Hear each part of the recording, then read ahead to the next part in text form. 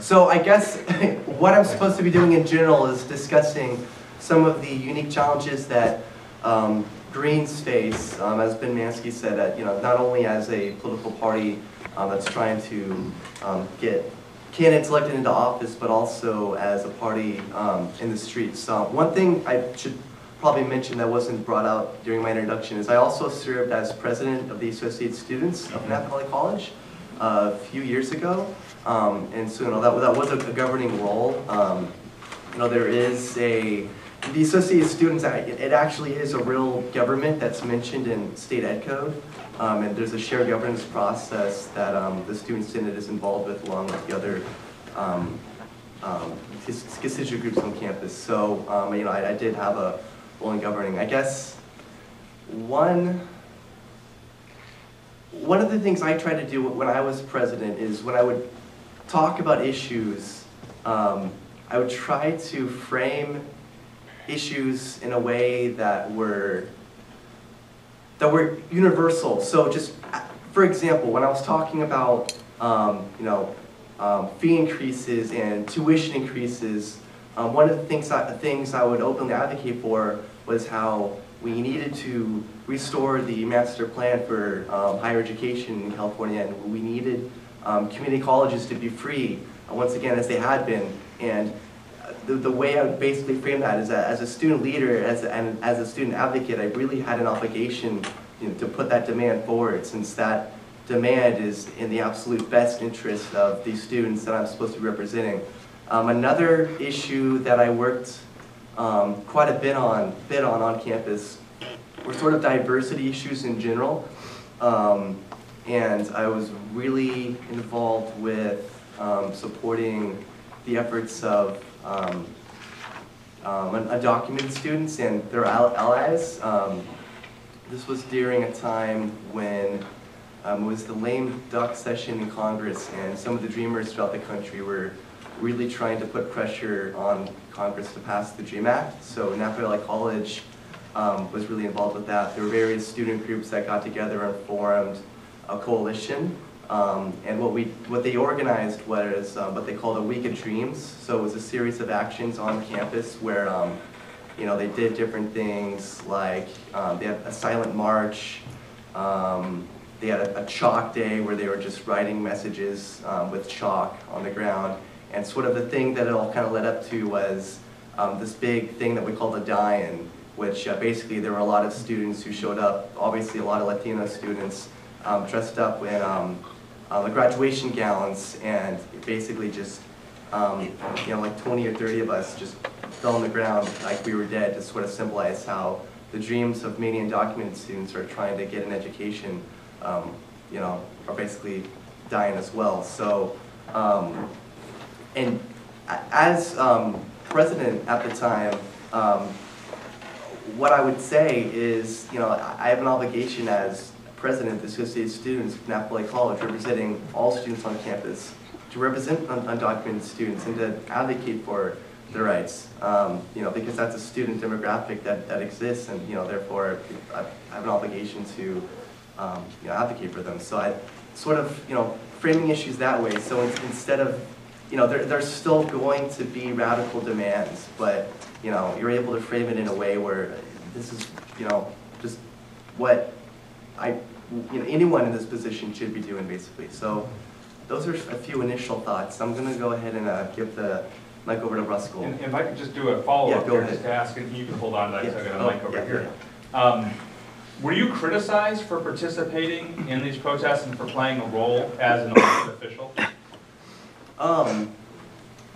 Well, so actually, it was funny. There was a clip, a video clip that made its way up on YouTube, and some right-wing blogs found it, and it's really bizarre because it's just this random protest at Napa Valley College, and it got picked up from one blog, and I guess the way that they're networked, ended up on hundreds of others. So I think part of the way I was able to protect myself from that kind of criticism is, once again, this was done in coalition with other student representatives. So I don't recall getting no one really came to my face and criticized me, But one of the ways I was able to position myself is, if I did face that criticism, what I would say is, well, first of all, undocumented students are part of our student population, so I have an obligation as president of the Association of Students to stand up for them. But this is also being supported by dozens of other student organizations. So that's. And I liked what you said, where you said these are still radical demands, but you're making them. I don't know if you used the word mainstream or majoritarian, but that's sort of how I interpreted what you said. Is that's part of the job of being a Green in office, right? Absolutely. Yeah. Definitely. Yeah. Thank you. Thank you. Yeah.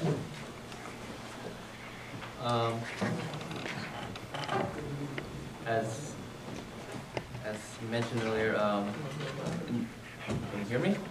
Can you guys hear me? It'll help you if you stand up. Yeah. All right. Okay.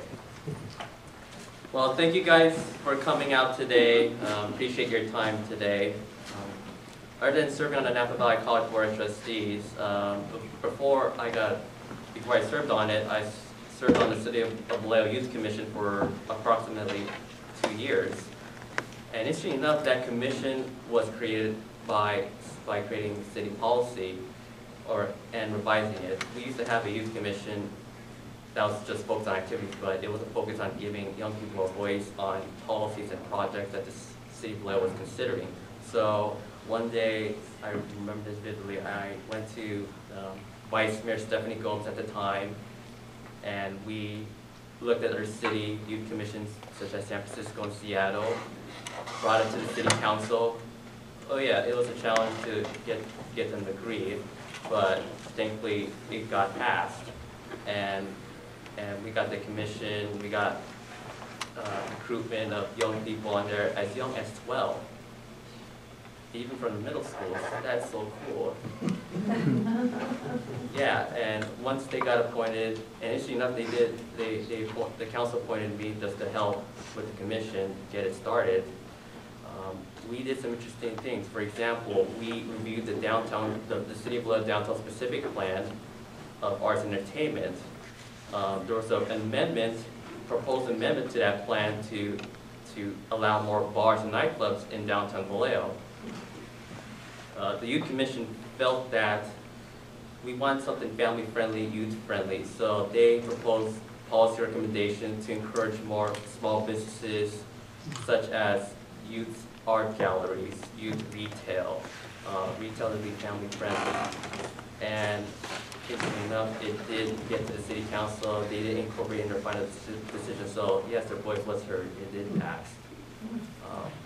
Interesting thing is, a mural project. Yeah, there was challenges of working with the property owner of getting a blank wall on the side of a dilapidated building and turn into a beautiful mural. After much bureaucracy, we pulled it off, and with zero money. So it's pretty much donations. We didn't use any taxpayer dollars to do this. We just that spirit of we gotta do it. And it took us just 3 months. 3 months just to get it done. So that's one of the things I like to talk about. Have you, I'm just thinking in terms of our format here. So you're an elected official now, right? And that's a nonpartisan office, probably? It's a nonpartisan office. And do people know that you are agreeing on it? Yes. So talk about that experience. They're cool. I could work with anyone from any ideology, background, spectrum, any policy proposal that comes up to our board. I always disseminate it with the constituents, citizens, and students. I want their feedback, not my opinion. I want their feedback, and how I approach issues. I study all sides of issues, as Stephanie Gomes taught me, great mentor of mine. Study all sides of issues and make an informed decision and be thoughtful about it. So that's what I did, and it has turned out rewarding. Even though I'm registered green, I haven't got any controversy or criticism about it. Right. It's pretty much, people like my leadership, I guess. Right. Excellent. Well, thank you. I have to meet the Stephanie Gomes person. I just want to recognize something that I take out of your comments there, Ruscal, which is that There you have an example of Greens in government, right? You have a collegial relationship, it sounds like, with the other trustees. Yeah. And in other settings, you may not, right? But there is something that happens there in that process. So, excellent. Thanks for your service. Thank you. So, yeah, it's great to follow on them and to hear about the great work they're doing as Greens in governing bodies. Because I think it's really important that they're really delivering something to the community. And, you know, we've talked about this tension between the movement and then the party. And as Ben talked earlier, that the party's really here to serve the movement, to liberate these social movements, to get their agenda, you know, delivered to the people. That's really what we're for. And it's not the other way around. The movement's not there to serve the party. And I, you know, sometimes we'll hear Greens commiserating, oh, you know, there's that group, and they should really be green. Because we know that our values, we articulate a set of values that are stronger on their position than maybe what the electeds are doing. But if we're going to ask maybe some leadership in that movement or in that group to become Greens and work with us, we have to be realistic about, are they going to be able to deliver something for that movement and help them move forward?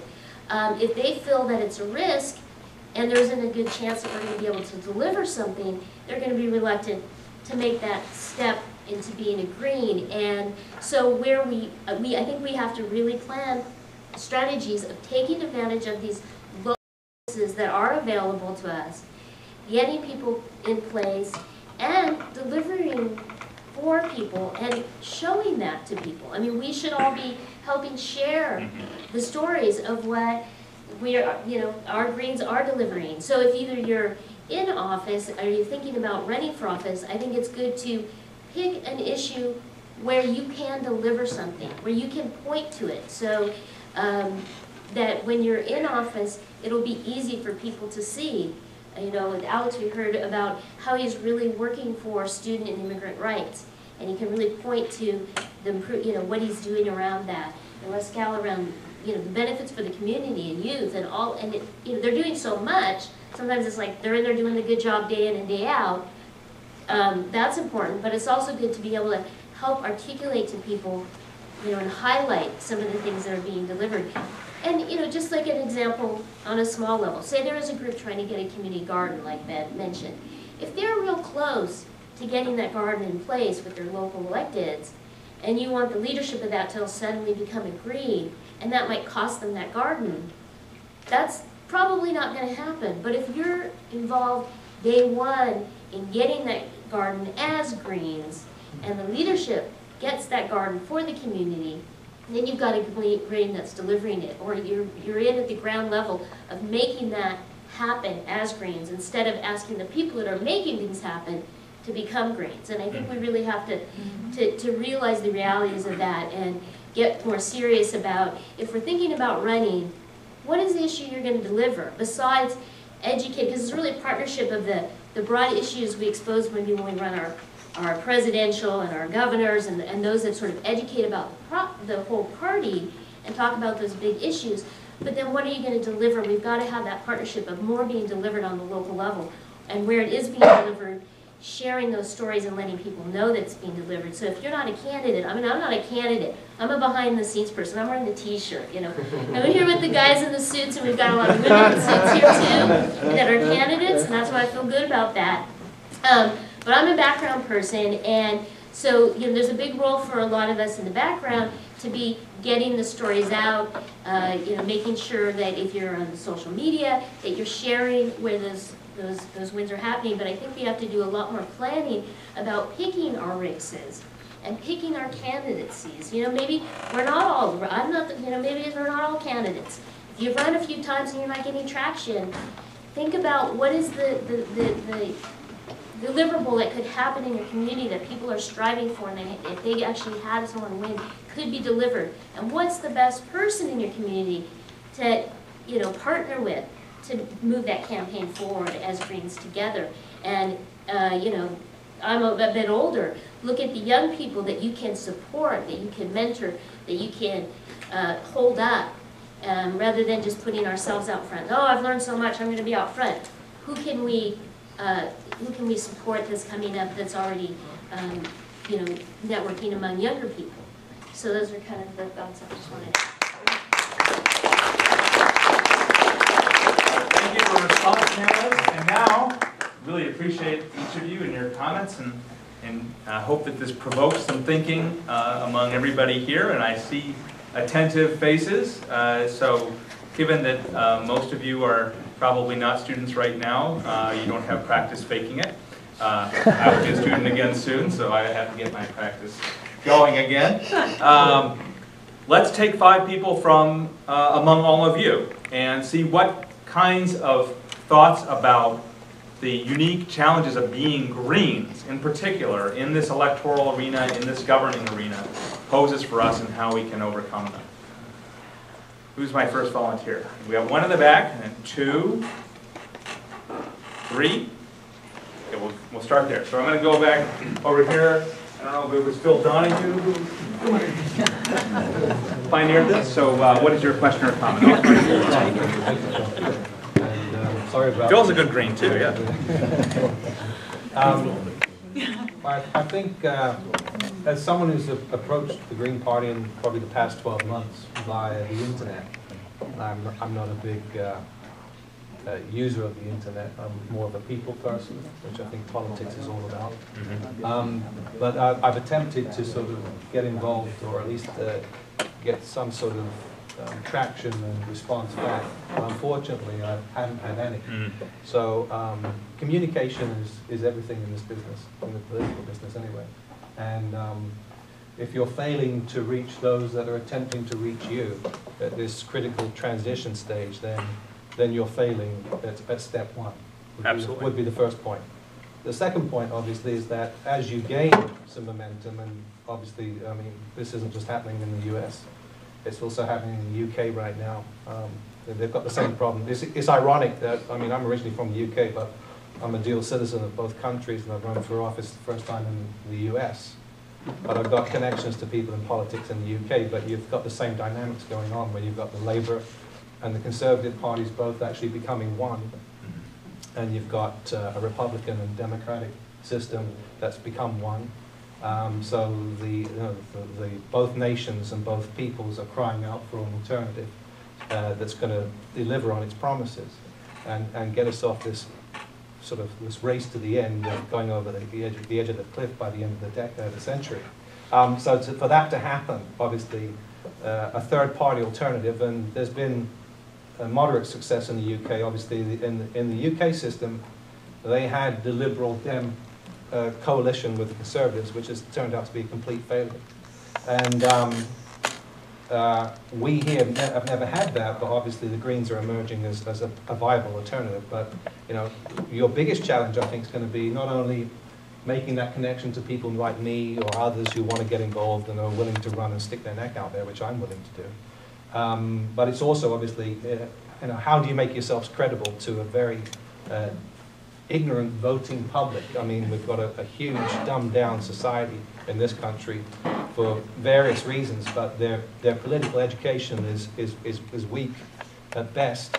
So overcoming the hurdles of not being taken seriously, and how you present yourself as a group as being a viable alternative is going to be a massive challenge. And how do you attract those that have influence and power, whether it be through money or political or corporate influence, and who are also looking, because they're in the system.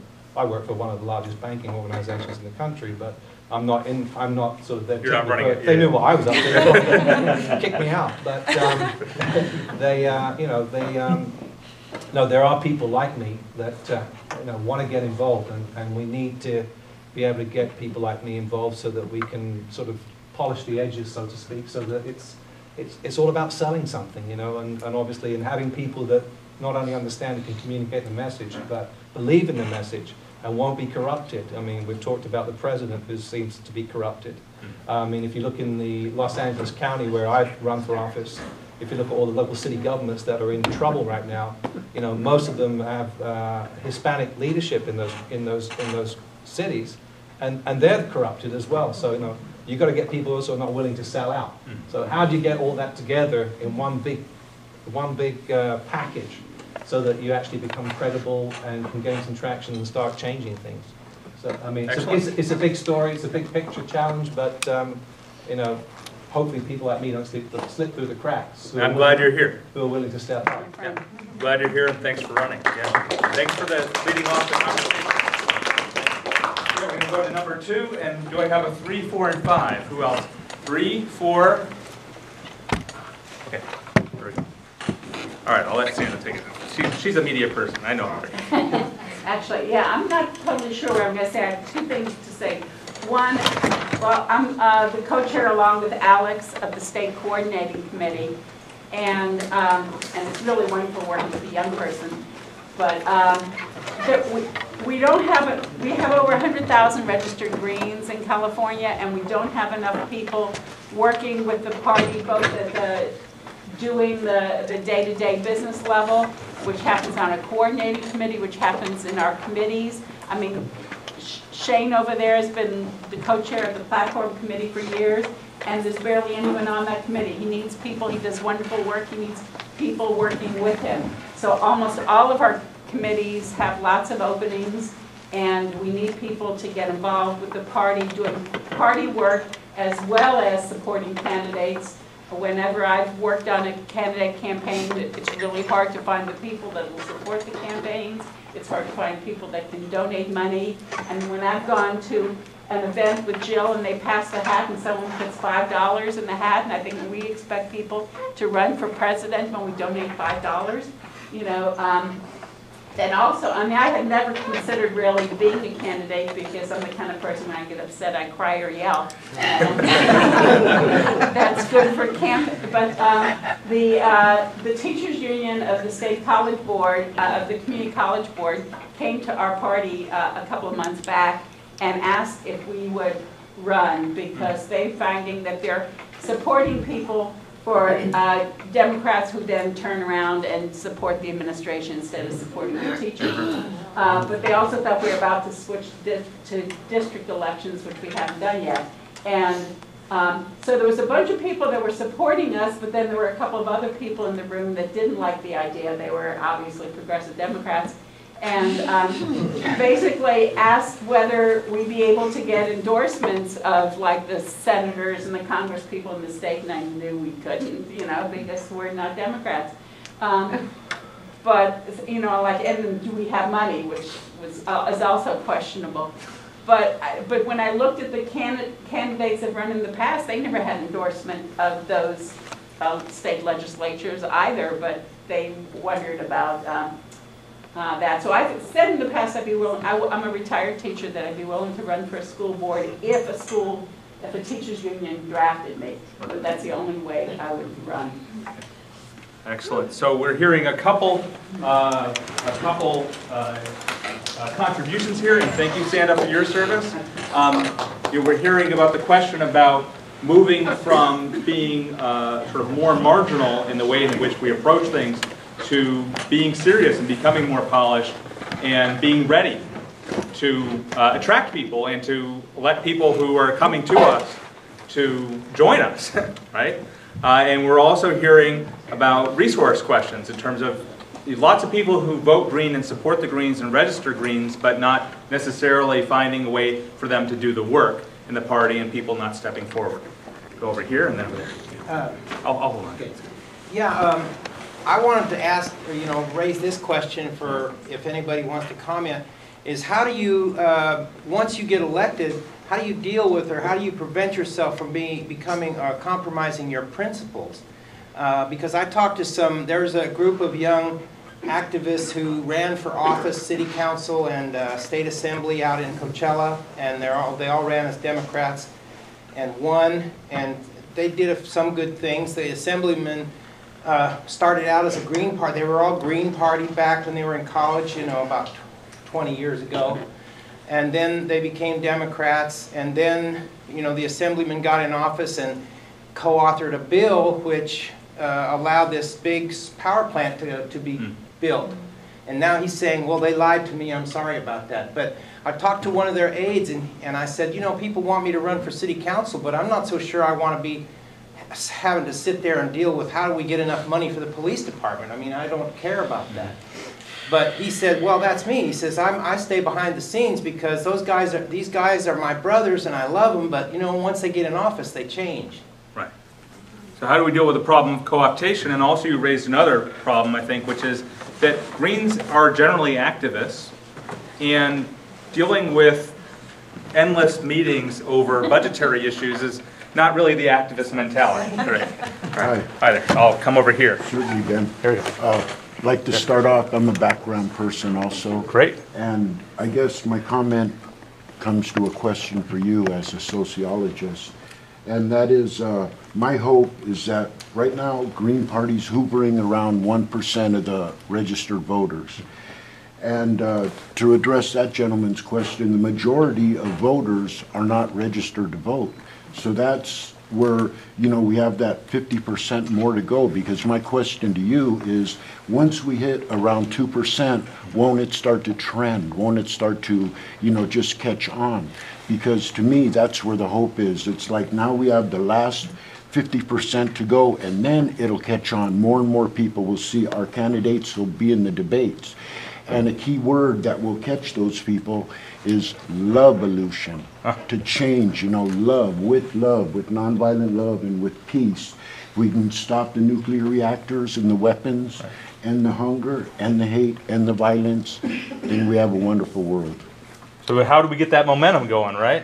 Right. Yeah, exactly. I love being in California too. We would never have heard that in Wisconsin, but I love California. Thank you. So, excellent contributions. I had 4, and I'm going to take it back over here because I think you guys probably have some responses here on the response panel, and then we'll take it back to all of you. Great, thank you. So yeah, a few responses first to speak about that issue of credibility.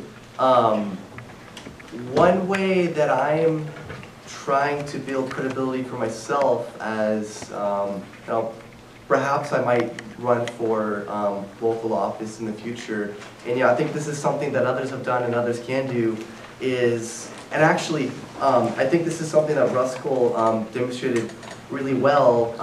Yeah, it's actually newly registered Green, and one of the reasons I was really excited that he decided to register Green is because he got involved with the government commission and got involved with government on that level, and was able to effectively get some real public policy to pass. So I think getting involved with those commissions on a local level is a good way to get an idea of how government works and to build credibility for yourself in the community.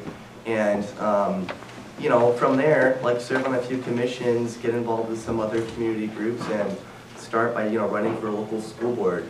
At Napa last election, none of the Napa Valley Unified School Board seats were contested. There was one seat on the Napa Valley College Board that was contested. So right off the bat, those are winnable seats, and if we can build credibility as individuals on these local government commissions and then go for these seats, we're getting ourselves in the pipeline to move on to better and greater things. The other thing I wanted to speak on real quick was the point that Sanda brought up, and I definitely don't want to spend too much time talking about internal party issues at this type of a meeting, but one thing I do want to say is the meeting, so these types of events, this campaign school, this is how we are able to develop potential candidates that could run in for local offices and statewide offices across California, and this is basically was organized by a committee of the Green Party of California, and most of the individuals that were serving on this committee are the same handful of people that are always stepping up and volunteering for many of the other standing groups and working committees. And I just want to, give a lot of people don't want to get bogged down with, internal, party work and committee work. But in order for us to have an external impact, that's where it happens. That people aren't organizing these types of things, we're not able to have campaign schools to develop potential candidates in the future. And last just to respond to the question about how to deal with not compromising your principles. Obviously, I served as president of the Associated Students, which is very different from a city council person or a board of supervisors, let alone a state assembly person. But I think part of it is just accepting the fact that you're not going to win every vote. So all you can really do is vote the right way, and hopefully you can be a part of mobilizing people to apply pressure to have the vote go in your favor or the correct favor. But I think part of that is just realizing you're not going to win every time and not letting that discourage you.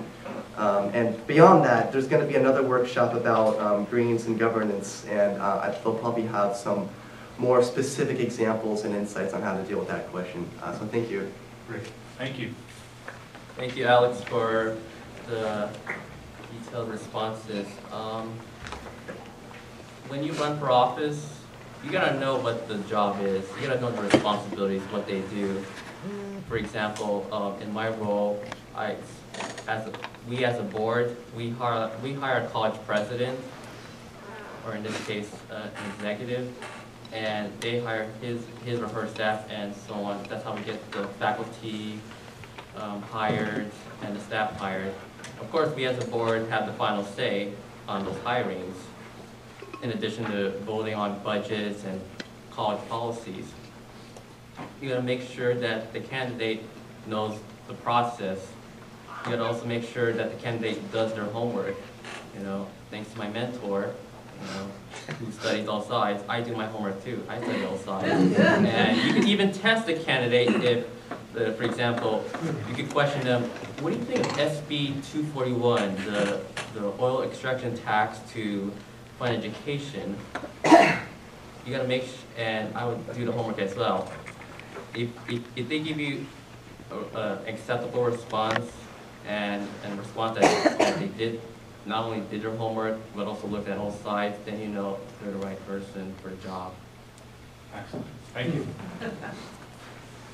Yeah, and I do think that, knowing that, like Sanda says, she admits that, sometimes her response is crying or yelling, and that maybe that wouldn't fit. And I think we all have to kind of know, where we do fit in. If we don't want to sit through long budget meetings, then it's probably not going to help the credibility of the party to run for an office where that's required. Because a lot of times, maybe we think, okay, we're an activist, we're a firebrand, so maybe we're the head of the rallies for a candidate that sits through boring meetings and spice up their election events and bring in people and table and motivate people. So there's a role for everybody, and I think it's matching that up.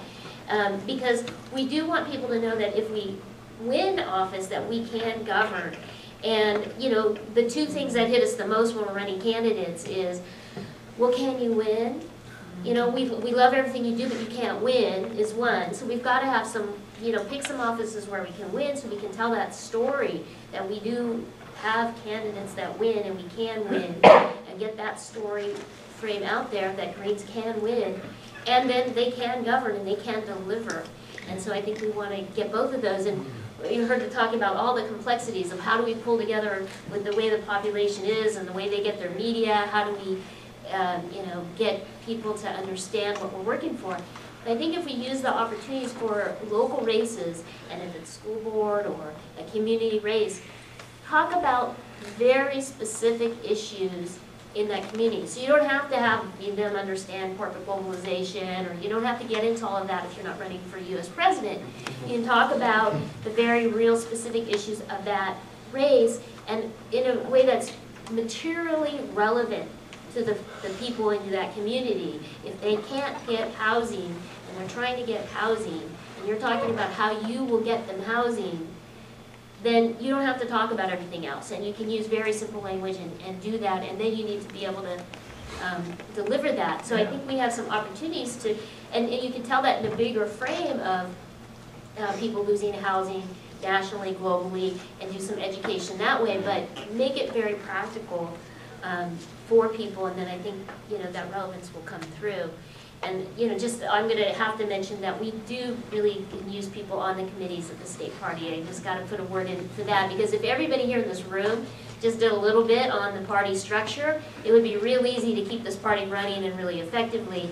But when we're not all engaged in the people that are there, I left with a little more work. And you know, Jill spoke a lot about how important it was to staff up their committees in Massachusetts, and that really is what made a big difference in Massachusetts of that party being able to not just be these campaigns and starting over, but really building a party, building the party so that you can support your candidates and not have to recreate the wheel over and over again.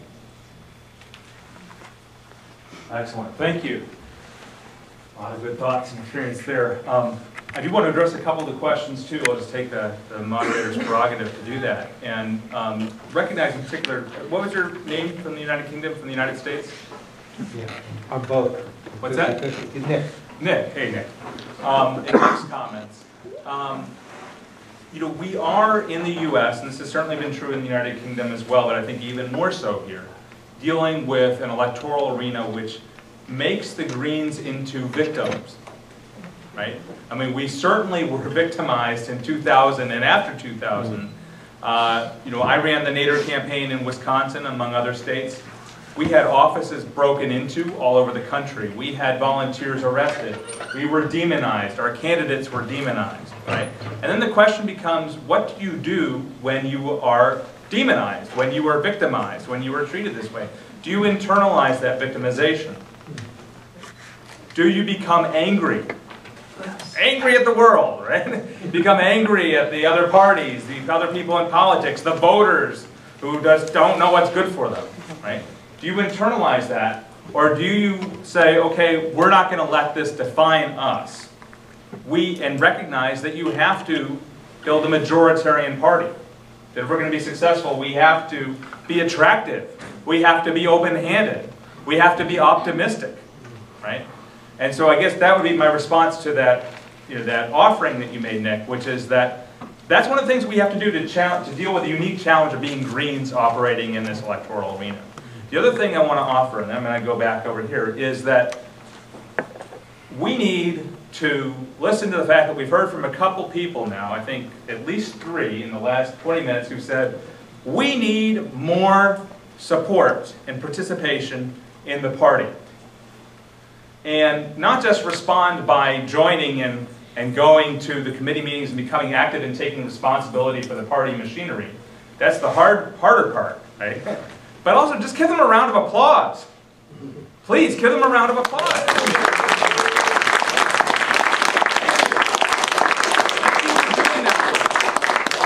Doing that work, because this is the other thing we have to do in general. We have to find ways to reward each other. Yes. For doing this work. Yes. Because I'll tell you what, in terms of this question of co-optation and also the question of getting more people to do more work, right? We don't offer a path to power in the Green Party that is easy. My congressman, he is an example of a Democrat who did cross party lines to endorse a Green in a partisan race. He endorsed me. He also endorsed my wife, Sarah, right? However, he was a member of the Progressive Party, another independent local party, many years ago when he was a local elected official. The Progressive Party and the Green Party did not have a path to Congress to offer him, or to offer Representative David Siegel in Rhode Island, or to offer, there are several members of Congress who were Green elected officials at one point, right? We don't have those kinds of rewards. So we have to offer other kinds of rewards. And that's something that I think is really, really important. I think the greatest reward we have is being here together, to know that we're part of this movement that is not only national but also global, and that we are, you know, we get to meet people like Alex here. We're just awesome, loving people, to use that word. He's becoming more Californian. That's right.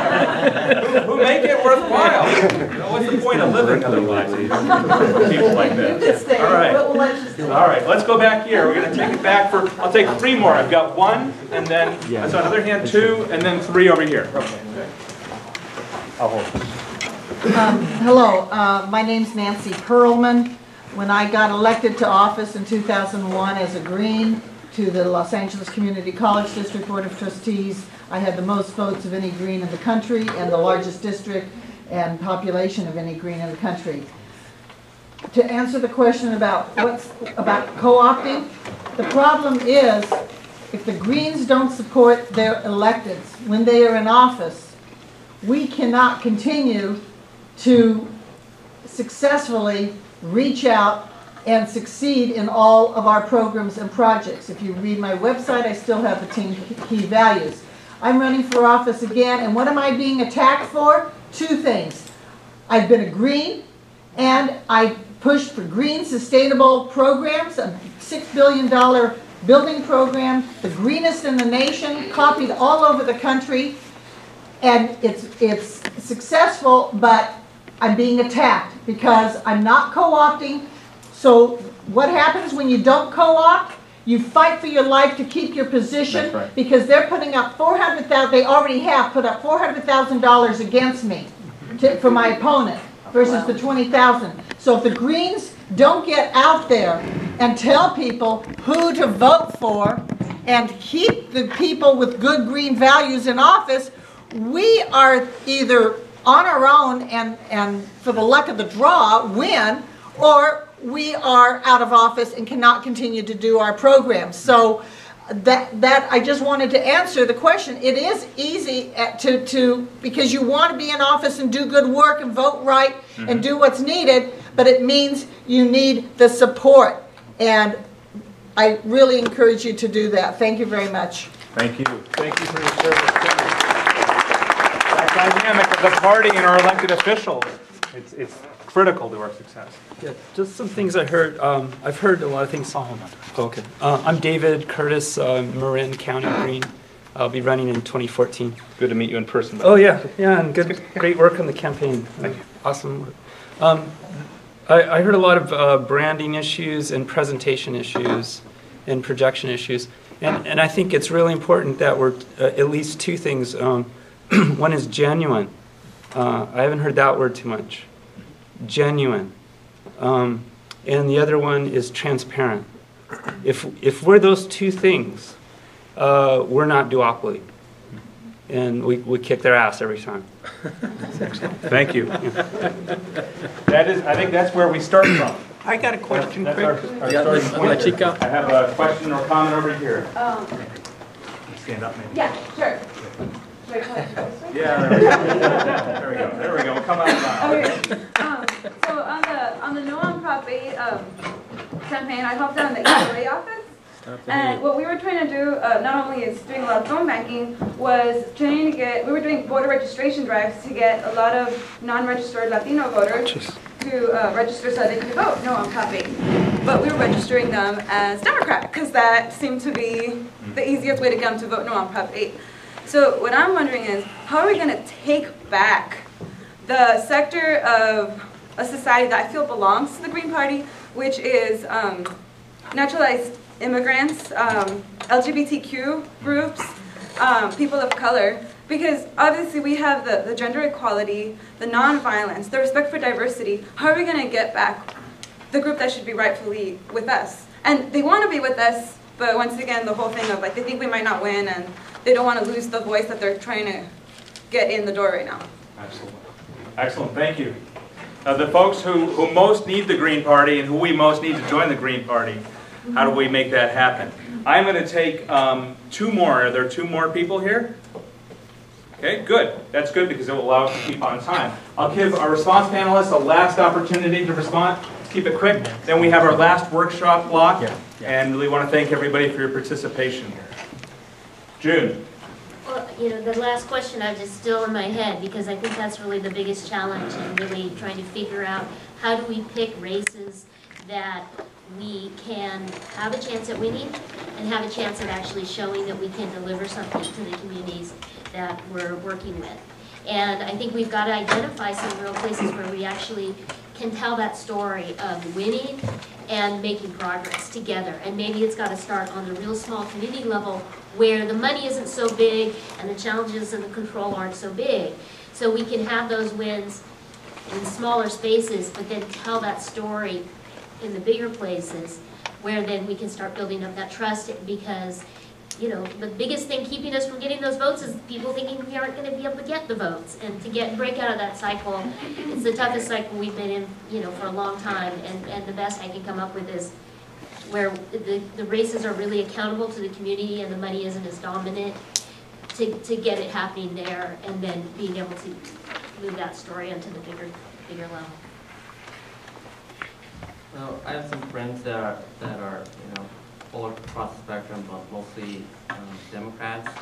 But what I found was there's the progressive Democrats and the good old boy Democrats. We need to inform the community about the good old boy network that's going on, that's funded by special interests like the corporations and big money donors. So we need to let the citizens know that whose interests are these elected officials serving? Those with the money or those that are supposed to stand up for your rights? And for me, I always, I don't take any special interest endorsements. I take endorsements from citizens only, so that they show that you are committed to citizens. You're not owned or bought by someone that's gonna you know, vote in their way of how you should vote. You should vote with what the people elected you in office for. And to get the community, as the young lady mentioned, simple grassroots organizing, again, basics. We gotta do, again, the door-to-door precinct walk. Done this for friends that I helped elect them to city council for, mostly progressives. That's how it's going to be done. Even if you get to make some T-shirts and signs, because I got to tell you, there's one issue that I worked on where we were outspent by $200,000 versus $12,000. It's regarding in the city of Vallejo, it's this issue called binding arbitration, where the public safety unions and the city hire a third-party arbitrator to make a decision on the public safety union's contracts. Unfortunately, in this case, 9 out of 10 times, according to the city, they've been losing out, which resulted in their exorbitant pay and benefits, $200,000 or more, plus 90% of their pensions, plus lifetime health care. We don't get that stuff as middle-class people. I don't think I'll ever get that kind of benefit. Lifetime benefits, wow. But unfortunately, how did I pay for that? Well, that's another question. So I was glad to work with a citizens group, you know, basic community organizing. We're gonna make the T-shirts, the hand-painted signs, mailers, $12,000 versus their $200,000 glossy ads, TV ads. But we won. It was a close vote, but we won. So we have to return to grassroots community organizing and influencing our friends and family to tell the truth of what's going on.